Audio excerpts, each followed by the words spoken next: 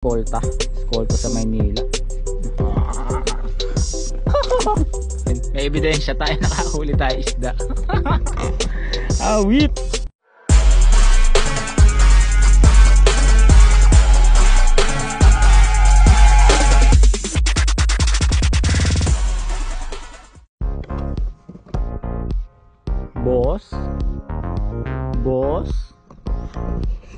Bossing! Kumusta buhay-buhay?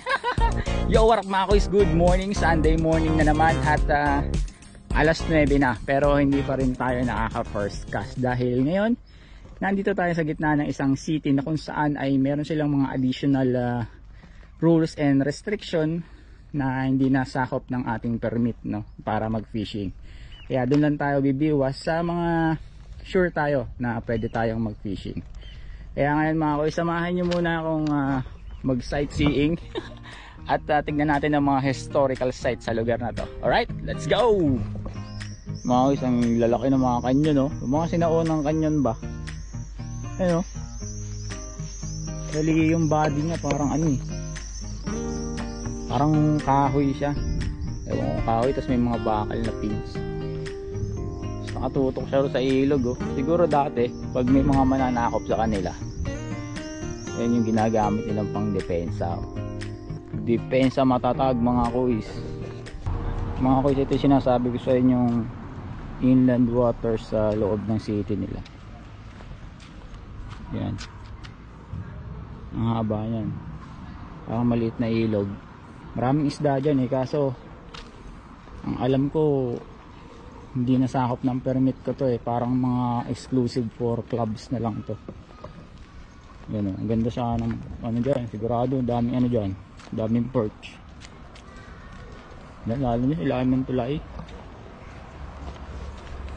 matik yan. Bali mga kuys, yung city nila napapaligiran ng tubig, you know. Kumbaga sa atin yan parang eskolta sa Maynila. Puro yate yan hanggang dun sa loob pag dinaretso mo yan. Pero alanganin talaga ako pumol, kaya hanap tayo ng spot na medyo liblib yung medyo malayo sa city. Ang ganda ng mga bulaklak, oh. Summer na kasi. Bali ikot na lang tayo, hanap tayo ng mga spot na pwedeng pukulan ba.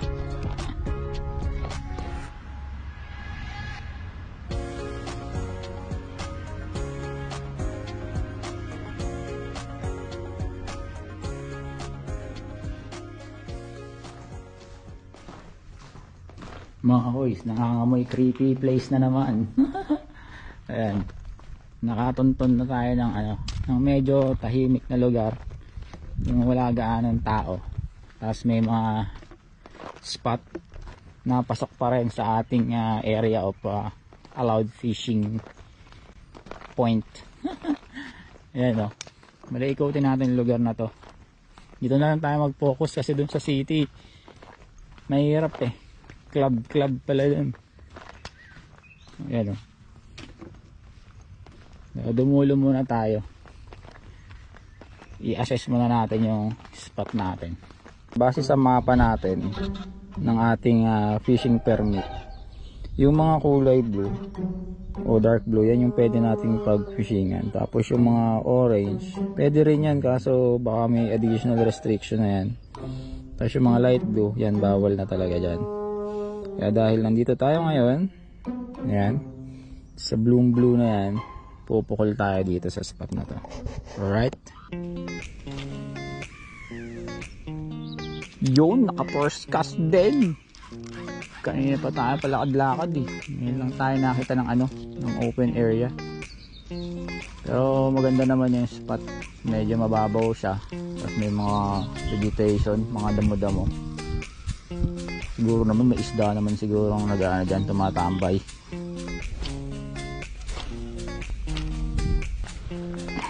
Mga kuys, first fish natin, zander. Medyo maliit lang, pero isda na rin yan, di ba? Oh. Mga tangkali na lang natin, 20, 40 cm mga kuys. Ito Pero tama, oh.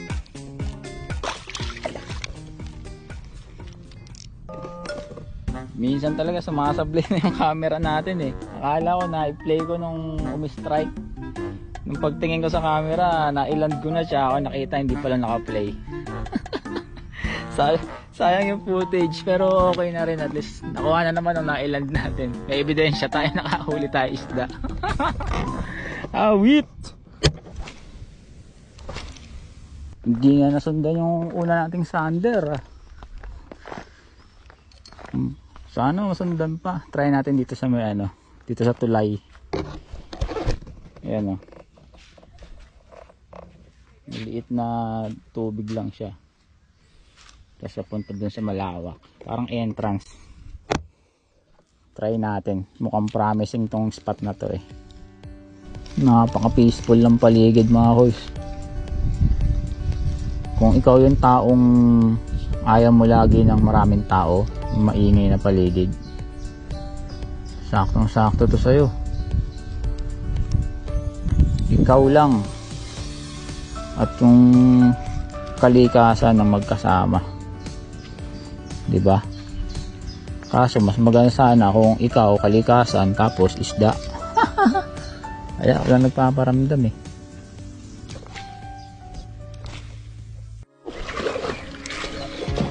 Ay, cooker ka to.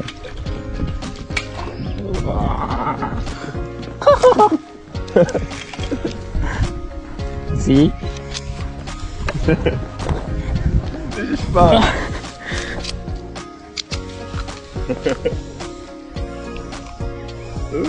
Oh, this is really fun. See? Hang on. Look, boss. This is a nice picture clip and you will like it. Second fish. Look, look. Yes, nice. Second fish of the day. Yes. Bye-bye. See you later. Sabi sa inyo, nandyan lang sila sa gilid-gilid eh. Oo, diba? Nakadalawa na tayo. Yung pala kaninang kasama natin, ano natin yun, siya yung pinaka-bossing natin dito. Nagbabike siya kanina eh, na kasalubong ko lang. Ayun, naki-fishing saglit, naki-cast siya saglit, pero umalis na rin. Nagbabike kasi siya eh. Diba?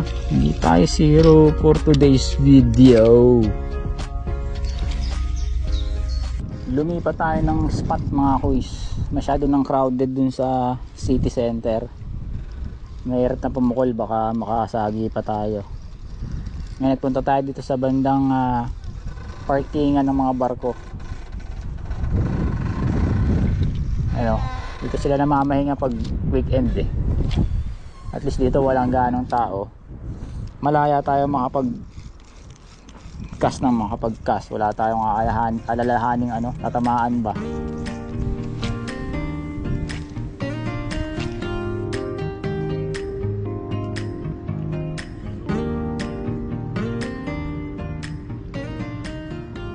Wala nang sumunod mga kuys. Nakadalawa lang talaga tayo, pero ayos lang yun. At least di naman tayo na zero, diba? Diyan natin ipapasok yung tinatawag nating attitude of gratitude, o yung pagpapasalamat o pag-appreciate natin sa mga bagay na meron tayo sa ngayon. Madalas kasi mainipin tayo eh sa kakaisip natin ng dapat mas o mas higit pa. Nakakalimutan na natin yung mga bagay na meron tayo. Para sa akin kasi mas mahalaga yung sa ngayon eh. Kung masaya ka ngayon, enjoyin mo, sulitin mo. Kung malungkot ka naman, namnamin mo lang, hanapin mo yung mga aral na makukuha mo dyan. Dahil iikot ang panahon, ang oras, magbabago lahat yan. Kaya enjoyin mo lang kung anong meron, no? Mga kuys, huwag tayo magpa-pressure sa standard na sinet ng society na dapat ganito ka na, dapat meron ka na nito. May kanya-kanya tayong oras eh. Kaya sa ngayon, matuto muna tayong pumalakpak para sa iba dahil darating yung oras, basta focus lang tayo sa goal natin, darating yung panahon na tayo naman. Kaya mga kuys, stay positive, work hard, make it happen. Tara, samahan niyo ako.